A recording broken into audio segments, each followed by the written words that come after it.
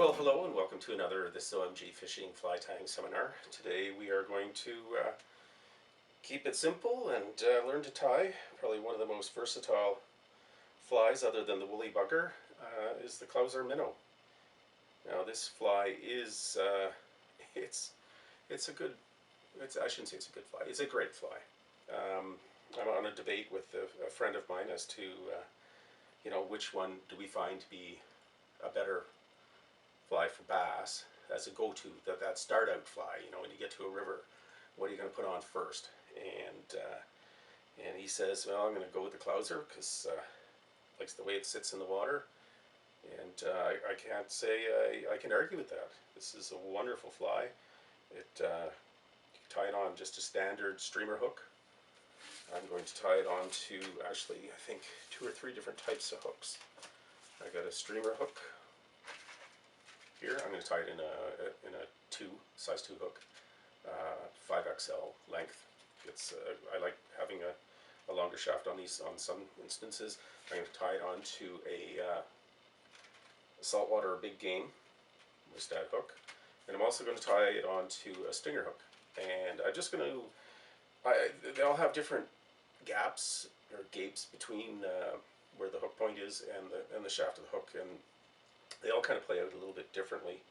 So I'm just going to tie some up and see how they turn out. I'm going to use, for the body, I'll use some black bucktail, or I'll use some black craft fur. I find that the bucktail tends to have a little bit more mass with your fly. When you use the craft fur, when it gets wet, it flows really nice, but it tends to really streamline your fly. So I'm just going to do 2 colors, just black and white.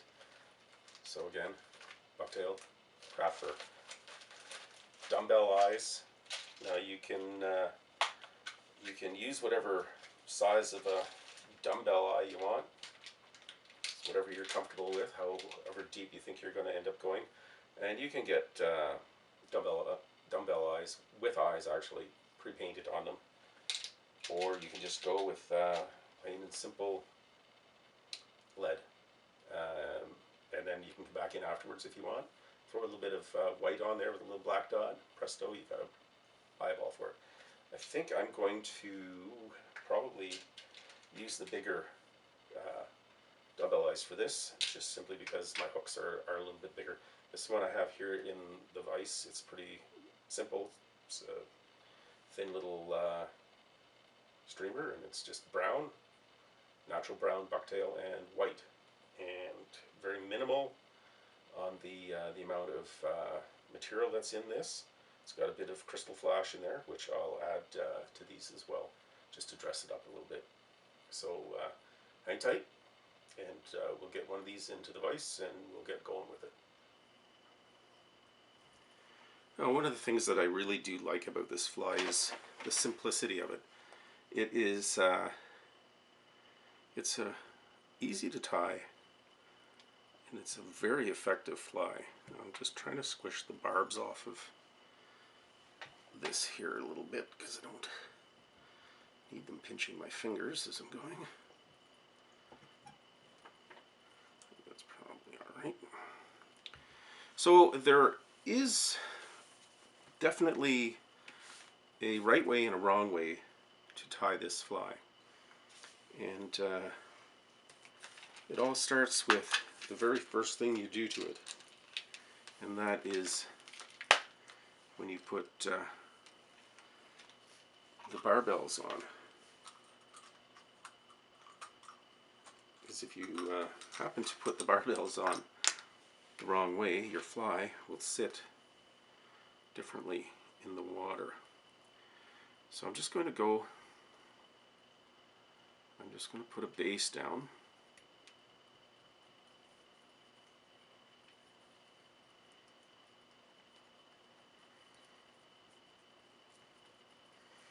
Just get that going here, excuse me. Get my glasses out. Sorry about that little clunk on the table.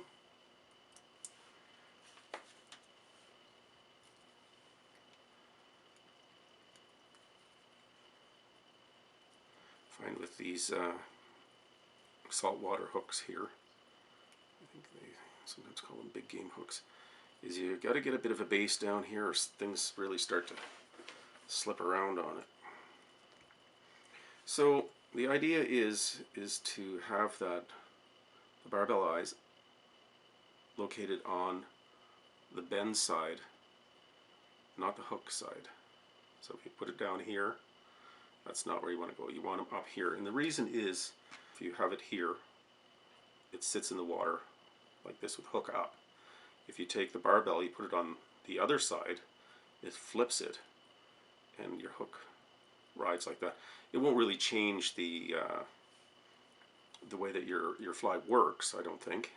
It just, you get more hookups. And a lot of times what happens too is you build it upside down, so you want to have white where your belly is and your color where the body is.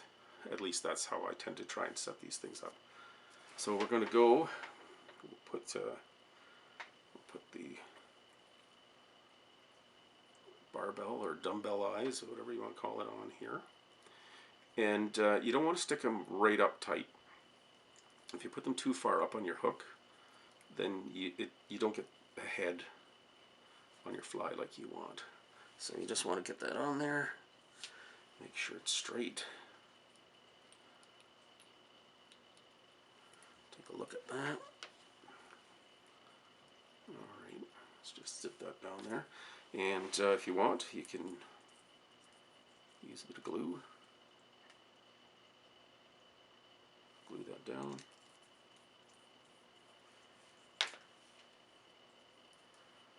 Come back. Bring the thread up. Okay, so now that we know that we're tying the bottom part, or the belly, to this fly, so we're going to use the white bucktail. And I'm not going to use a hair stacker on this. I'm just going to get hair right off the tail. Oh, it typically comes with a taper on it, which I like. If you put it in a hair stacker, it makes everything look kind of blocky. And we're just going to pull out all the little hairs that we don't want, because that bulks up the head of your fly for no reason. And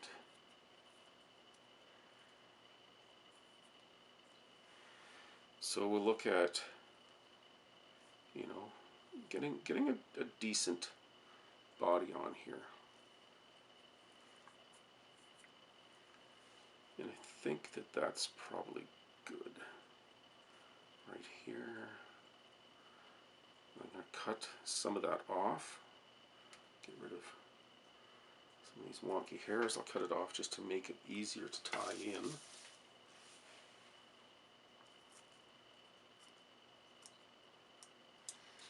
And yes, you will end up with hair everywhere. It's just the nature of tying one of these.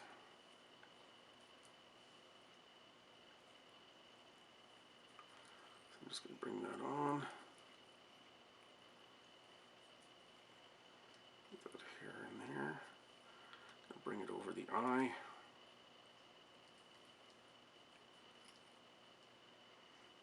And just run that down, making sure that we keep this all on top of the hook. And that's your body.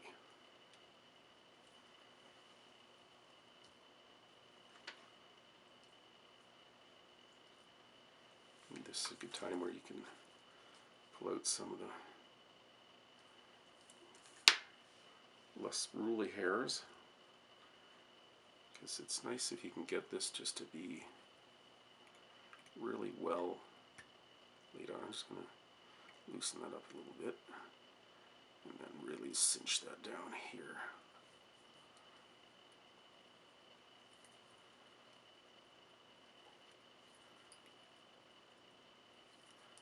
And just work a little bit on the taper of this head. So there's your body. What I'm going to do here is, you don't have to do this. I just prefer, I'm going to whip finish this, and I'm going to switch to a black thread to finish the body on this as well. Again, you can put head cement on, you can put on some glue, some UV resin, whatever you want. I'm just going to leave this for now because I'll finish it all up a little bit later. So I'm just going to take this. Actually, I think what I'll do is I'll just turn it upside down in my vise like that. And we'll get ready to put on the next little bit.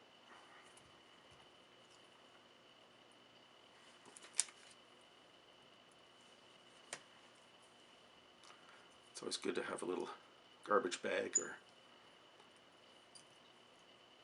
bin to put your extra fluff and stuff in. So I'm going to just tie in some UV crystal flash here just to give it a little bit of pizzazz. And you can use any color combination that you want on this. That's the fun of it. You know, I've got this in like a Mickey Finn. I don't know if you can see here. There's like a Mickey Finn pattern. A sexy shad. Just a standard mud minnow, or like a Thunder Creek. Black and white, which is what we're tying here, and even just like a black on black. There's no right, there's no wrong. It's just really what your preference would be, and matching the hatch. If there is a certain type of bait fish that you're aware of in the body of water that you're fishing, you definitely want to match the hatch on it, because that's usually step one in how to get things working for you. And I'm just going to really just put that somewhere in the same realm.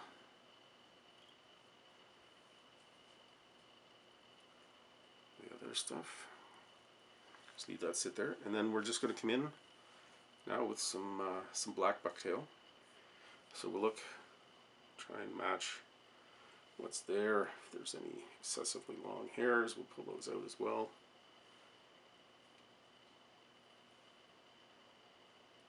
I think that's probably good there. If it's a little bit longer with the body, then that's not a big deal either. You can make them match, you can make it a little bit longer. It's all going to be just how you prefer to tie your fly. So I'm just going to capture that as much as I can.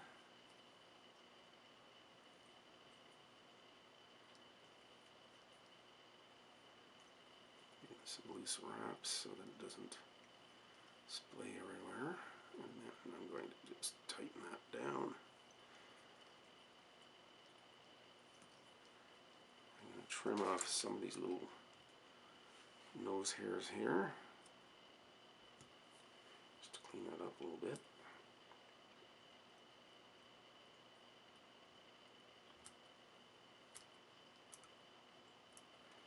Normally you'd want to make sure that you've done that right when you're putting your hair down. But sometimes you can, sometimes you can't. I'm just going to come in and make that head, clean it up a little bit more, and we're going to whip finish it.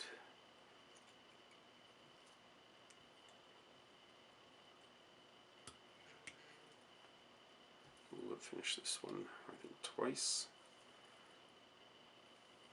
And then I'm going to come back in at the end of this, and I'm going to put head cement on this as well, so that when you get those fish on there, it stays together. Alright, so let's just get all this stuff here. And there you go. It's as easy as that. Clouser Minnow, one of the most versatile flies out there. Like I said, you can make it with whatever color combination you want, as long as you have them available. And just remember, make sure you put that the eyes on the right side of the hook so that it travels the way that you want it. You'll get less snags this way. And like I said, it depends on the hook size. You can make this for pike. You can make this for bass.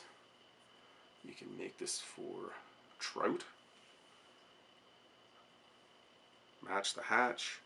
Make it with deer hair. Make it with craft fur.